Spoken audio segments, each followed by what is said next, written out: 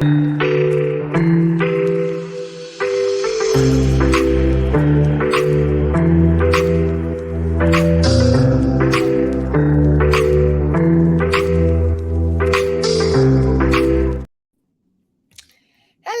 everyone.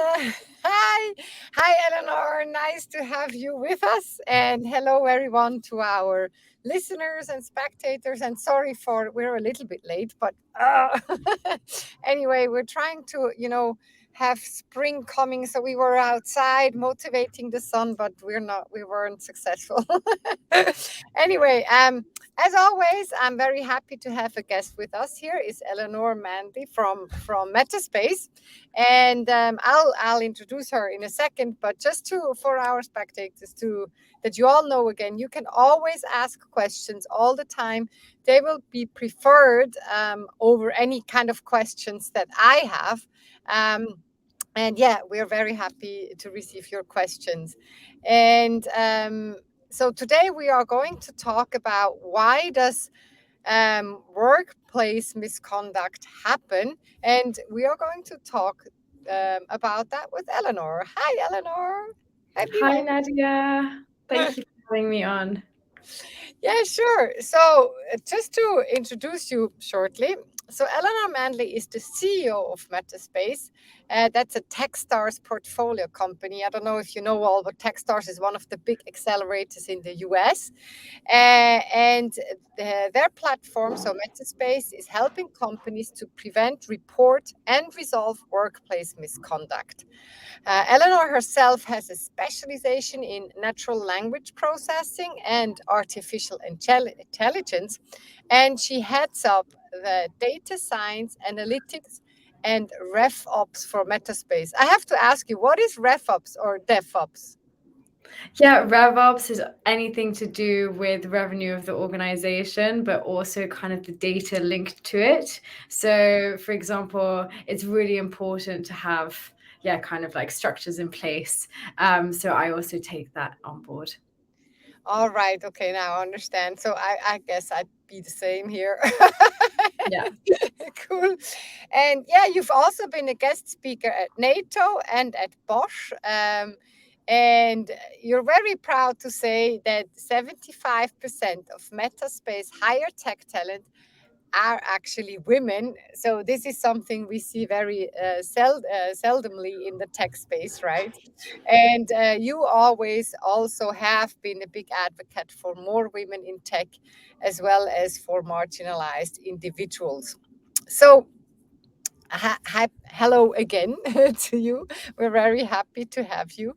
And maybe as a first question, I wanted to ask you, like, how did you become who you are? What was your journey? That's a really great question, and it's actually not one that I've had before from an interview. So thank you for asking that.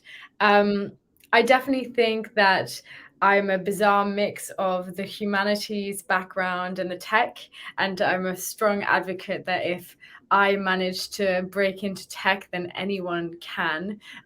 So I've always come from a love of history and literature and politics, and I initially studied international relations in Madrid.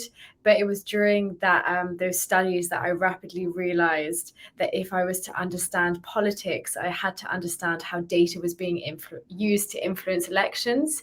And I used my love for literature to start getting into natural language processing by analyzing my favorite books.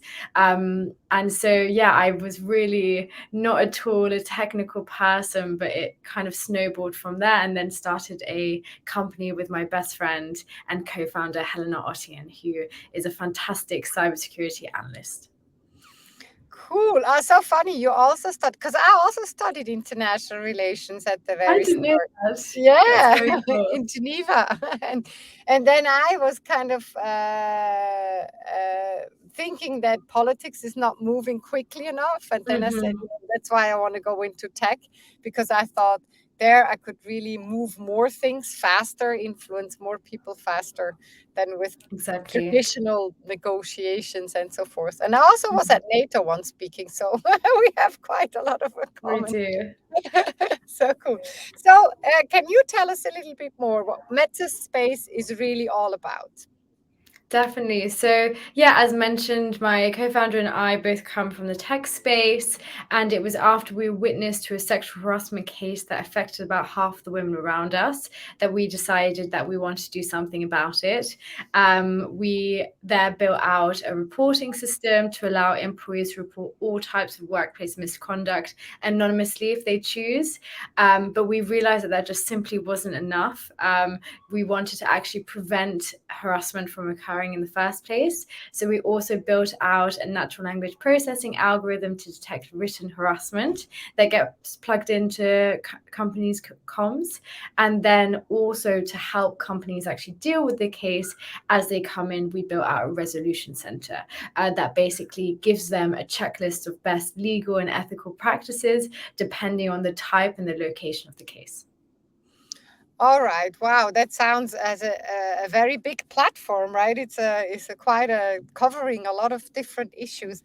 How did you go about it? Because in the preparation to this talk, you also told me that you had to do quite a lot of research. What was your Mm. experience there? Yeah, so we did about 8 months of research prior to even getting started on the company. And one of the biggest chunks of research that I did was actually the development of the algorithm. I spent 3 months web scraping kind of all the worst websites on the internet because the data sets that were available online in regards to harassment detection were actually people reporting, so like describing the event. And I realized that I didn't want a description of the event, I wanted the actual way that someone would phrase a harassment or a discrimination. So yeah, I went on the Reddits, the kind of terrible websites that you might find on the deep dark web, and kind of plugged that all into a data set. And yeah, it was a difficult challenge coming out of that for sure, and then coming back into a more commercial side, having been quite deep into that technical and quite dark place for a while. And what did it do to you psychologically? Yeah, it was probably, this is not something that we usually talk to you about publicly, but I definitely found myself quite yeah, after the 3 months of research, I had to go to therapy for a couple of months because I was just reading so much horrible, horrible things.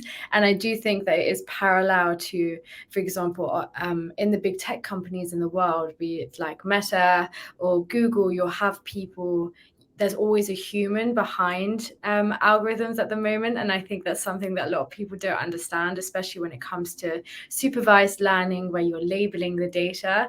There's always one person having to actually confirm whether or not this is the correct label. And I was that person for our case, obviously. And you hear these kind of horrible stories of workers in Meta who have to leave their job after a couple of months because there's some really dark things on the internet, and it's so important to take a step back and reflect and realize that the world is not representative of this echo chamber of bad stuff. Yeah, but it also clearly shows that we do get very much impressed by this kind of language, right? That Yeah. it's not neutral. It's something that does affect us. And that's why I'm always saying, if you have, I don't know, if you have an environment where everyone is speaking with a very aggressive tone, Mm. people also become more aggressive, right? And on the other hand, what we are saying is, well, if you speak inclusively, the culture also gets more inclusive because we Mhm. mirror what we hear, right? And we mirror not only with words, but we mirror also with our feelings and our values. Exactly. And I think this mirroring of values, especially when, I would say you're really pushing towards the positive of inclusion, and then what we're doing is kind of the detection. Um, you know, basically the way that we talk and express ourselves are the outlets of how we perceive the world. And so if you're showing that your perception of someone is perhaps that of not inclusivity, obviously it really affects people and it affects their work, and it has a huge effect on employees' productivity, but team building and the ability for individuals to work together. And I think we all know that if you can't have a team that works together, it's very difficult to get a lot of get things done within organizations.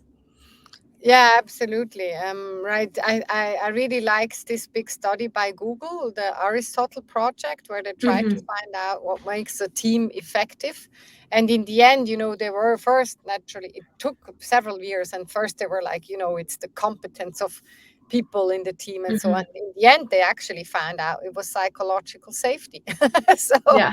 it's really when you feel fine in a team, that's when you can really kind of be very productive and effective, and language is a big part of that, and the Mm-hmm. environment, right? If you feel you're safe, just physically safe or psychologically safe, right?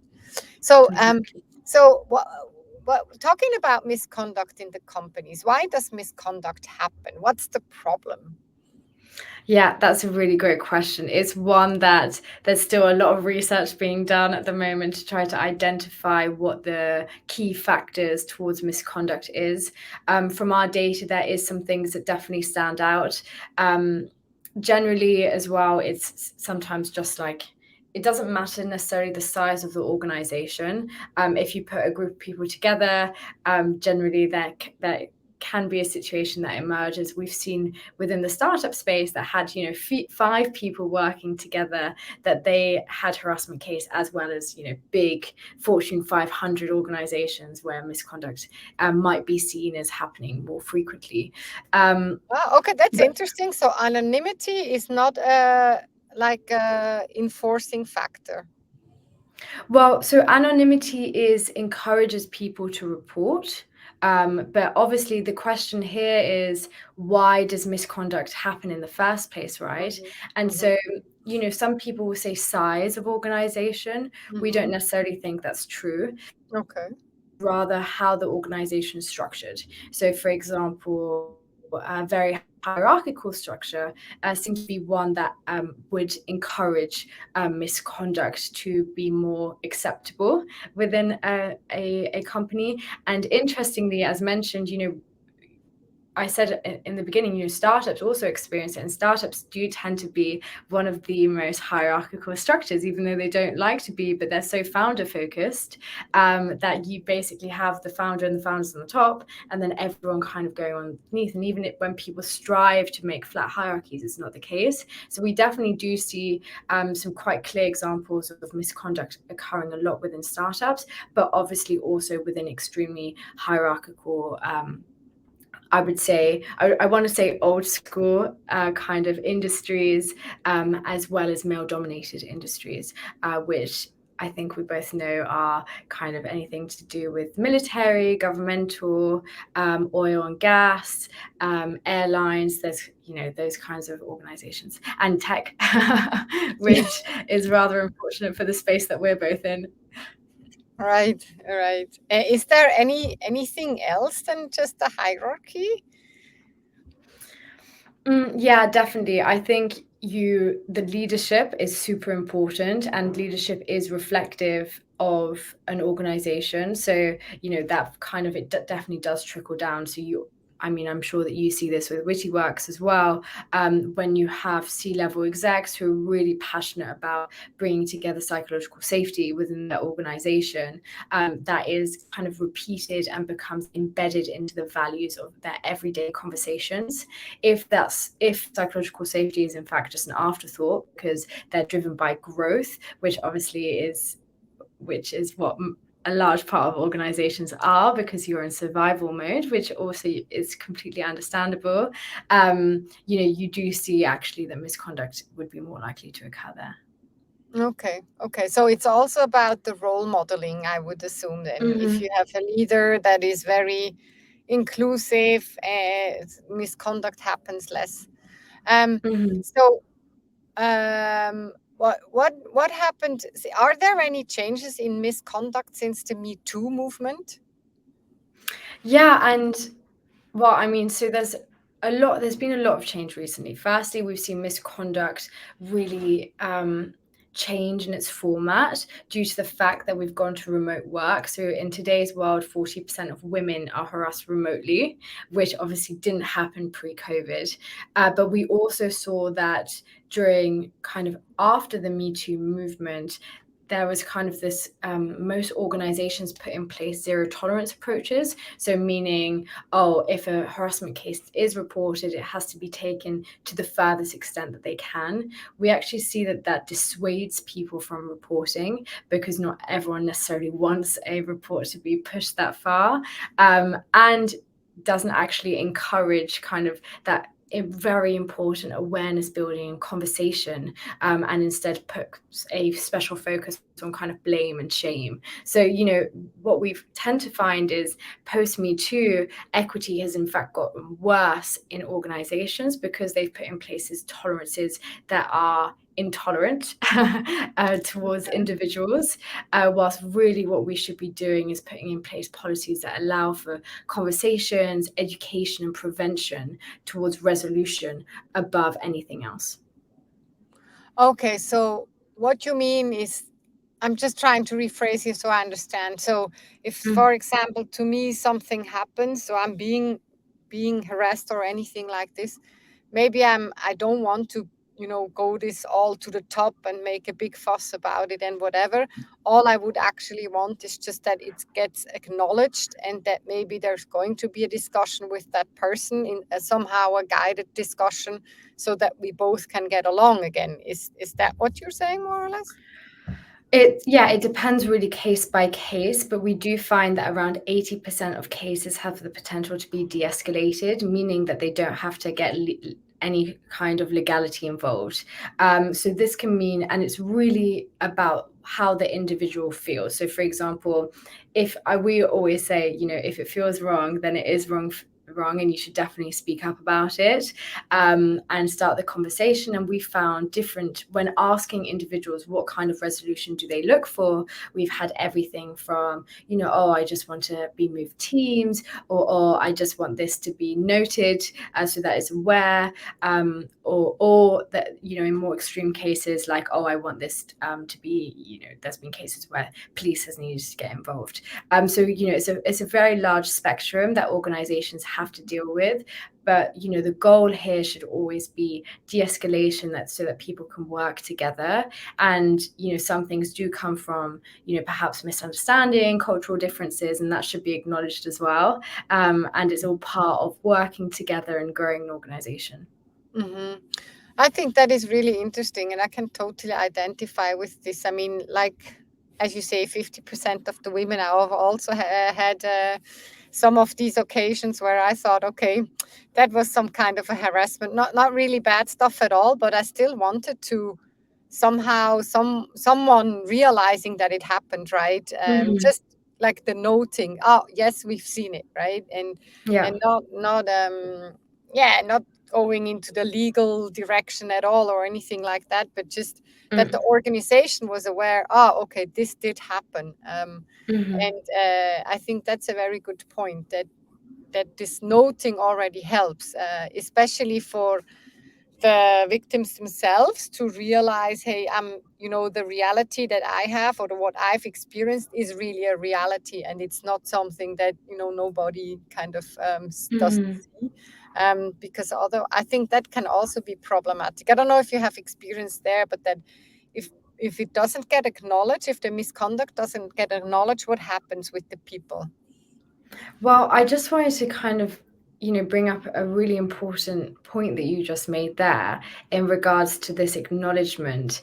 We also find that, the vast majority of, misconduct is perpetrated by a minority that perpetrates the majority of all misconduct within an organization. So, and we also find there's some massive links. Misconduct is not kind of these very split boxes between, discrimination, sexual harassment, bullying, fraud, and bribery. But in fact, if someone is likely to perpetrate one of them, they're they're more likely to perpetrate all of them than someone else. So this is like really important data for organizations to realize.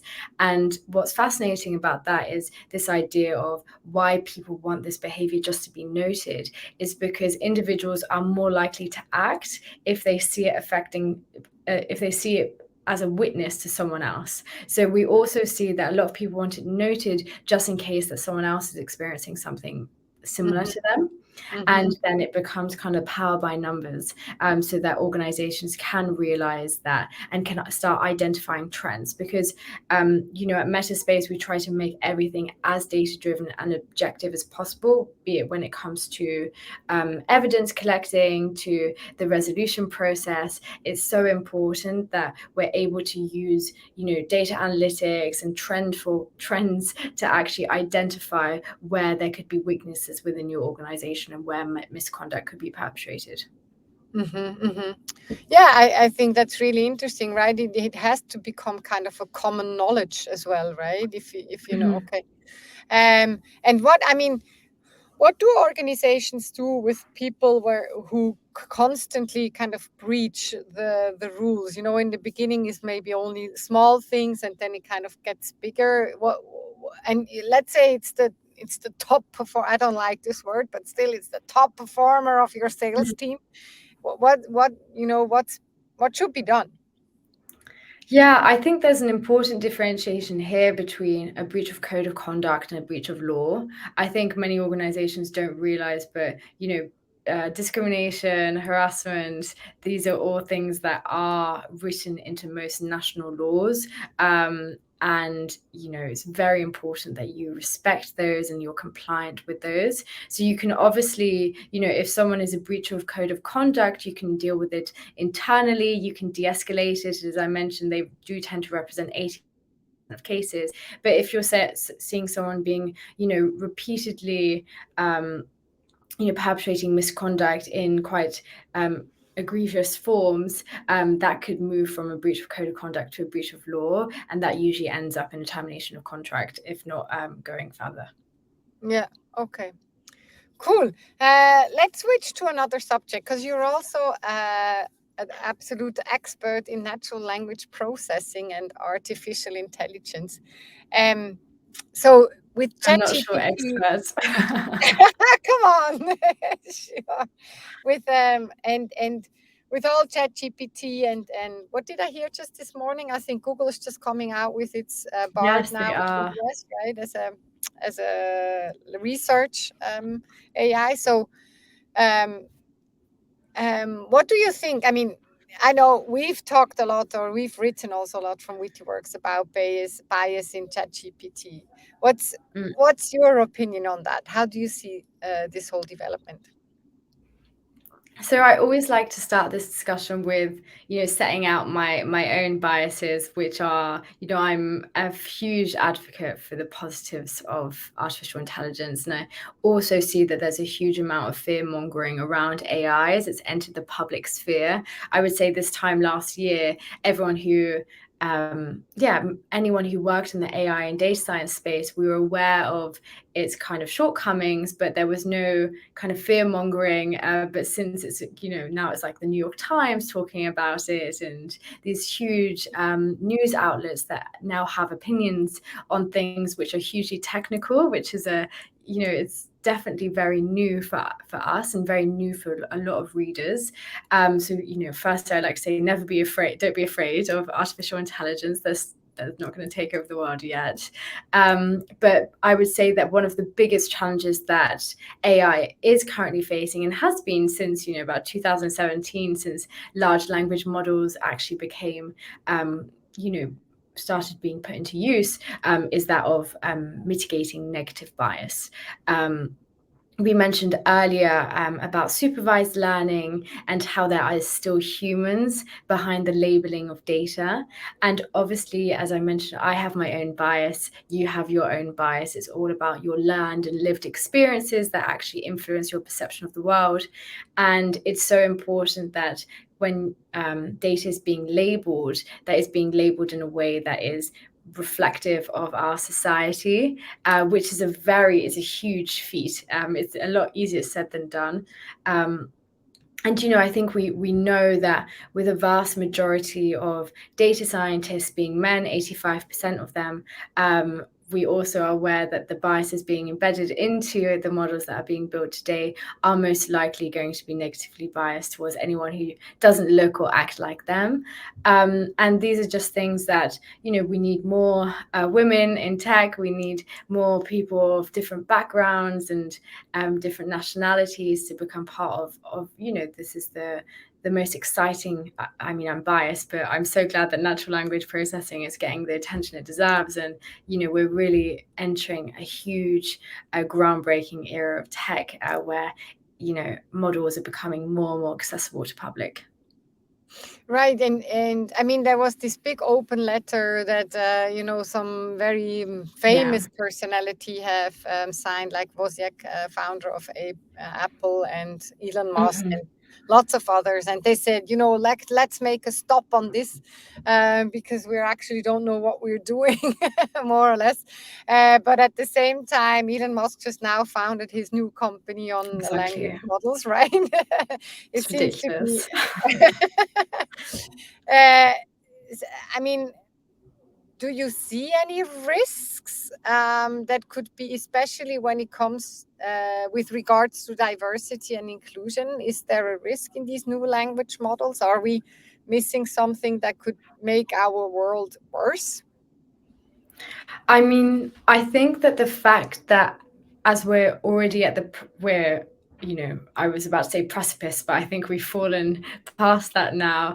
And diversity and negative bias is being talked about as an integral part of a challenge for the future of these large language models and of general AI. I think that that's fantastic because this has never used to be a conversation. Like no one cared. Yeah. Whilst now this is actually becoming integrated into everything that we do. I do think, and we spoke about this before, there are people who are definitely not benefiting from the AI revolution. Actually, recently, there was, I think there was a big group of individuals from Kenya who were the ones who were in charge of labeling OpenAI's data, and they've recently formed a union to say that they should be getting paid better. I mean, it's, we're going to start seeing AI unions, which I think is a fantastic way forward. So, there's definitely, I would say that things are moving very rapidly, but for once, I'm quite positive that people's perceptions and kind of the challenges that are coming up with it, people are really trying to solve it very, very rapidly as well. But as I mentioned, my bias as I started this conversation is that I'm the eternal optimist towards AI, and I do think that natural language processing to detect misconduct or to include inclusive language is just going to become the norm within organizations in the next five years. And we are going to benefit massively from these open source, and that's ultimately the beauty of it, right? These are open source models that we can use. Mm-hmm. Yeah, you're rightly saying. I realized this morning. I just heard the news when it came out about Bard being now a search engine, and in the news, which I was kind of surprised, they said, but you have to watch out because there's bias in there, and it can Mhm. be discriminating. It can have fake news in there because it just kind of scrapes all this data from everywhere, right? Yeah. And I was actually quite astonished that, oh yeah, you know what? Even in the news now, they're becoming very aware of this, and they keep on Mhm. repeating it so that people are also aware of it. And that, and actually, Exactly. yeah, you're very right. It's like, I don't know, 2 years ago, nobody No. in language models talked about this, right? Yeah, Yeah. that's been a very recent trend. And yeah, I agree that AI or language models have these very big advantages, these very big opportunities, right, to also make the world better. And I think that's where we really have to invest into. Now, about coming back to inclusive language. So, how do you see the influence of language on the humans? Oh, I love this question, Nadia. I mean, I'm like a huge fan of Noam Chomsky's work. Like, I've been, you know, I mean, he's the grandfather of natural language processing, bringing together linguistics and neuroscience together. I mean, no one cared about linguistics until Noam showed up, really. And I think, I'm just going to regurgitate his thinking here. And this is definitely not my own. But what I think is absolutely incredible is this idea that language is actually a reflection of how we perceive society, and the idea that we have an innate grammar, so meaning that this universal grammar that is actually embedded into each language. And the question that we should be asking is why that is. So why is it that we speak? Why is it that our brains are formed in a certain way to be able to produce this universal grammar? And I think that, one of the main challenges within artificial intelligence today, and especially when you're creating these kind of large language models where you're basically just throwing in a bunch of data into sometimes, supervised, sometimes black box models that are just doing their kind of thing in the background and then producing fantastic results that you can't understand, is that we're not asking the questions of why. So, and that is really going to be the difference for us between, I think inherently our understanding of the brain and our understanding of how AI works are going to become more and more embedded together. And, we'll see what like one field advance with the other. It's really interesting how you're talking of this universal grammar, right? Because I don't know, do you know this experiment they made with Kiki and Buba? Do you know that? No. Oh, wait. It rings a bell, but I'd prefer if you explained Okay. it. Yeah, they asked there was a representative study over all the languages in the world. And they asked, they showed two forms to the people. One was kind of a star-like, very edgy form, and the other one was very round, like a bubble Yes. gum, more or less. And then Yeah. they asked people, okay, who is Kiki and who is Buba? And Yeah. 80% of the people said, well, the round form is Buba and the edgy Yeah. form is Kiki. And like independent of their language, right? And for me, this is kind of super amazing because there are so many languages out there, and languages does form how we see the world, right? How we interpret the world. And still, there seems to be some kind of a common understanding of certain associations between image and words, right? Definitely. And I mean, they started to then research where it came from. Why is it that way? You kind of thought back, okay, when we say oh, our mouth is round, so that's why we think of round Yeah. forms. And with EA, it's more edgy and so forth. But yeah, it's not fully understood yet why there's such a common grammar, and Definitely. that's super I interesting mean, what you very simply put, it's the theory that the reason we have legs is to walk and to get us places, and the reason we have hands is to use them and to pick up things, and the reason that there's a certain part of our brain which is developed in a certain way is for us to speak. And so that is actually something that's built in, because I think it was perhaps, I mean, this is all been disproven now, but probably in like the before the 60s, people used to think that if children weren't necessarily taught how to speak, that they could never learn. But since then, there's been a development of language that anyone can learn how to speak if they're taught the basics between the age of 2 and 7. But if you miss the 7-year-old mark, it becomes a lot harder because you actually haven't formed the right muscle memory to be able to remember language. And for example, I learned French before I was 7, and so I definitely consider it to be one of my maternal languages, and it follows that kind of theory as well. Okay. Oh, yeah, that's interesting. So, as a closing question, what kind of recommendation would you give to companies who say, yes, we absolutely want to make sure that misconduct doesn't happen in our company? Yeah.